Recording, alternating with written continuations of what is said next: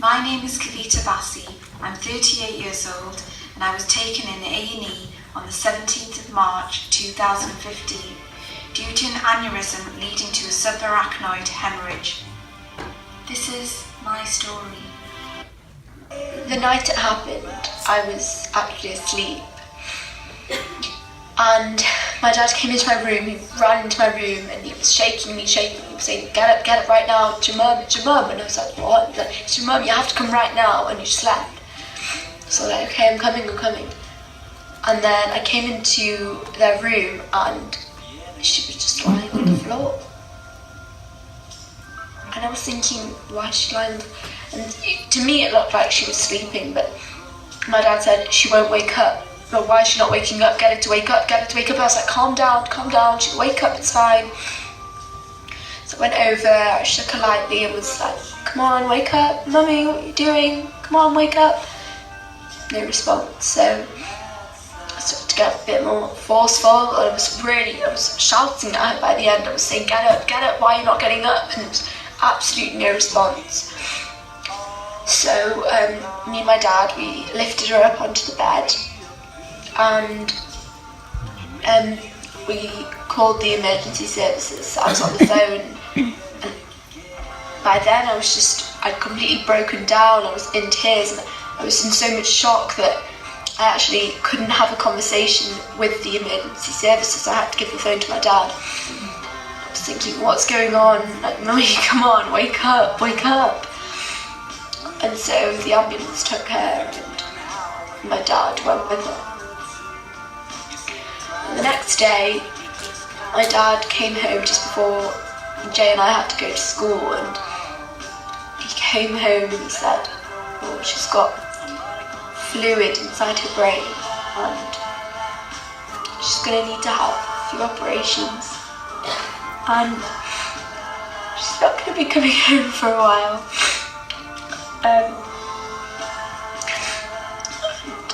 That was the first time I'd seen my dad cry. I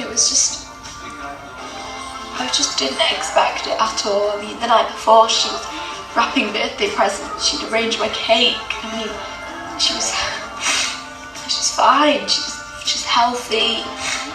And I don't know why it happened. But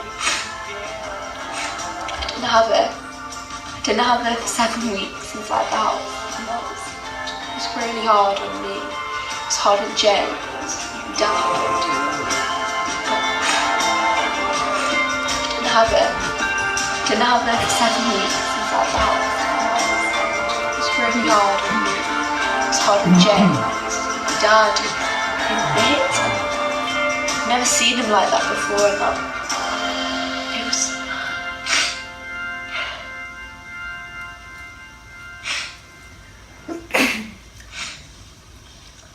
I just never really appreciated her as much as I should have. And when my friends, they were saying, oh, I've had a fight with my mum, oh, my mum's so annoying, she's this, she's that, and I just said, you know, how much I would give just to have her at home. Even if we were fighting, I just wanted her home. I wanted her with me in the house.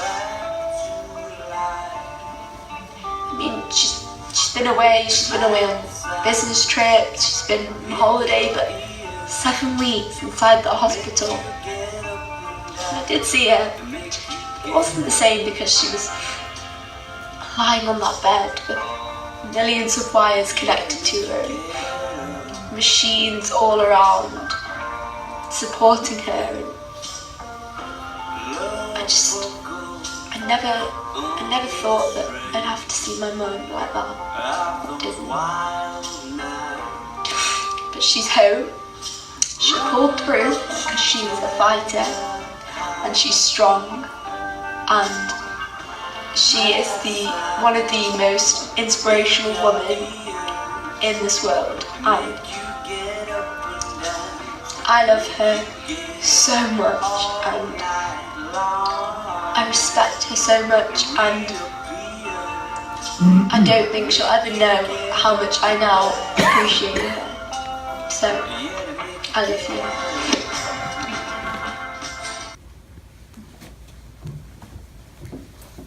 Can you hear me? Joking a bit after watching that video. Every time I watch it, it brings back a lot of memories. But I'm here and I'm fine and I'm doing really, really well. So yeah, I'm Kavita Bassi and I had a subarachnoid hemorrhage. With that, I'm here to talk about really what I've been going through, different stages of my recovery and what I've been doing to help myself, which hopefully, if people are experiencing the same, might help you as well.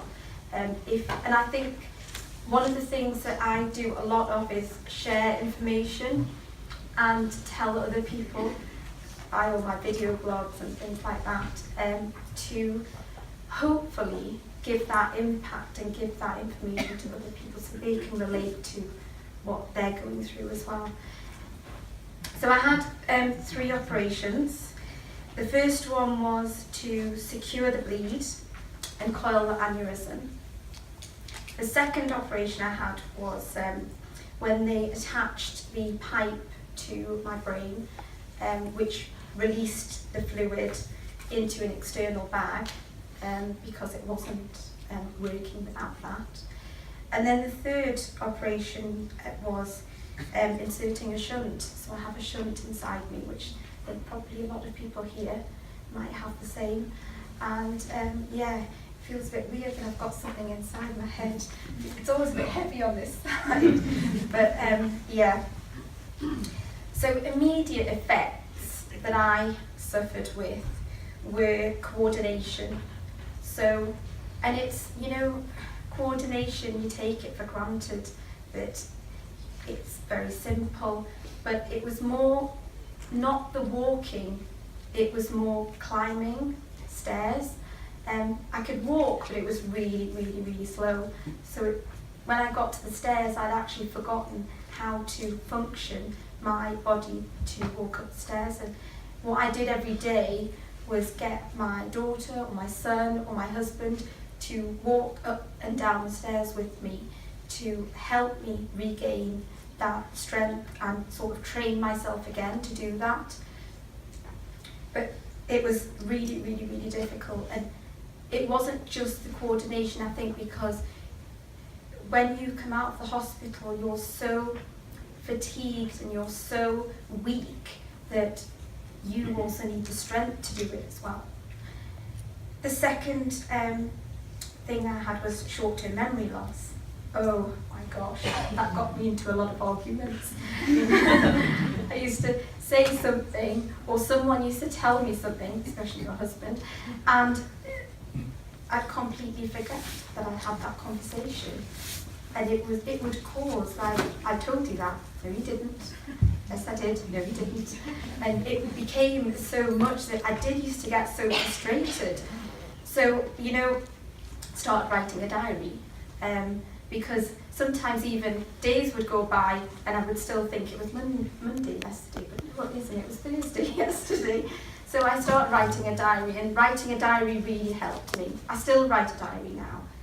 Every day I'll write a little bit, so I've got a note there, because what they said earlier on about changing the way you do things, me doing that diary has really, really helped me. Severe headaches, that was one of the immediate effects. Relax, sleep, paracetamol, that's the key to overcoming that. And you know, the more you are relaxed, the better it is. The headaches are really, really, really severe in the beginning and very painful, but just learning to relax and getting head massages and things like that was, you know, helpful for me. Hearing problems.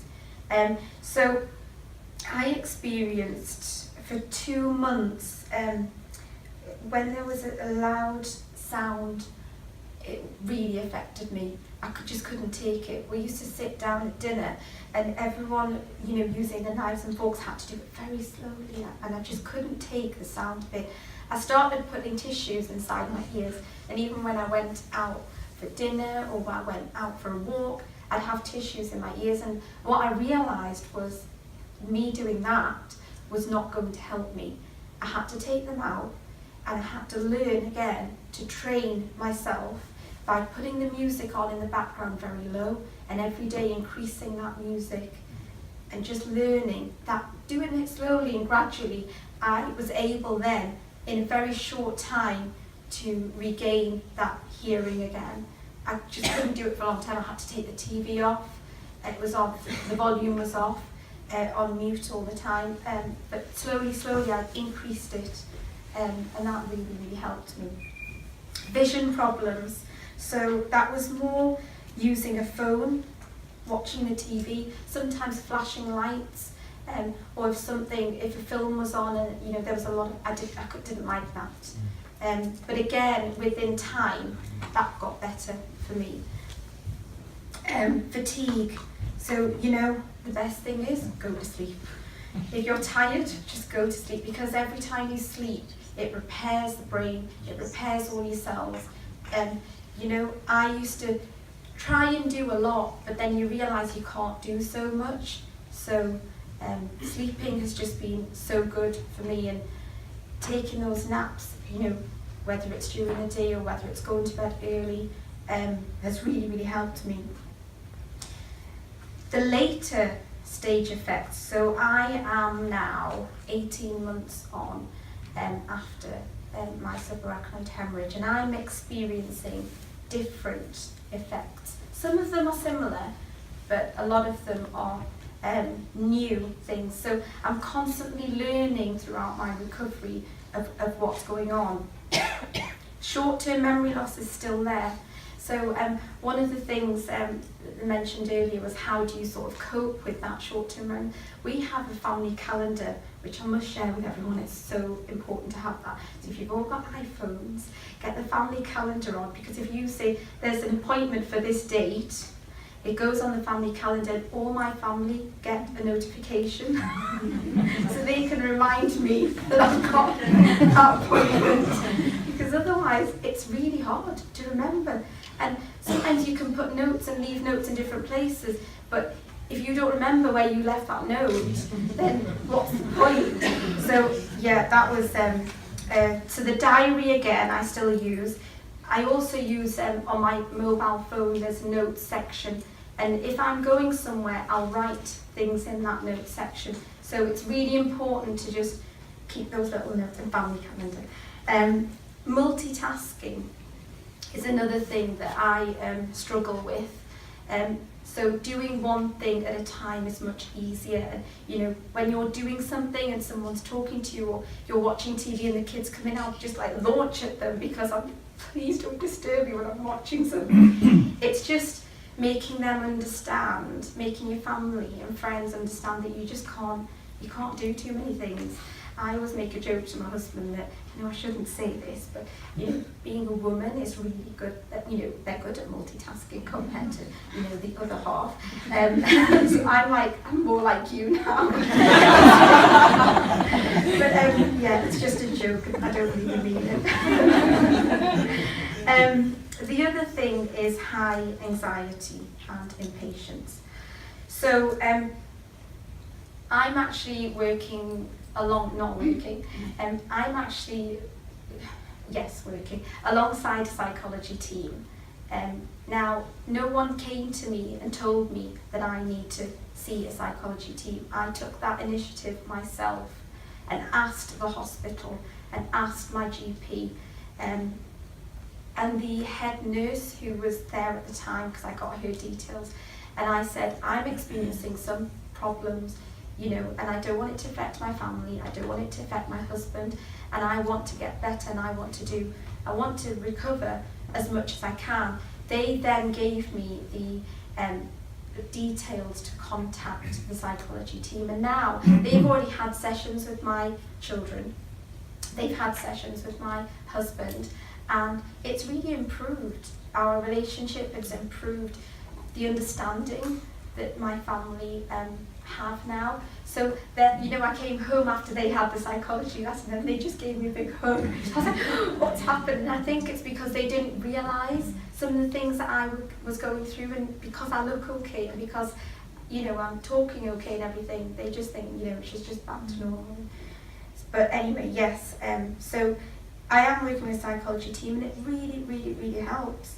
The other thing that I've experienced is low self-confidence. I mean, you might look at me here today and think, you know, she's quite a confident person, but, you know, there are times where I don't feel myself.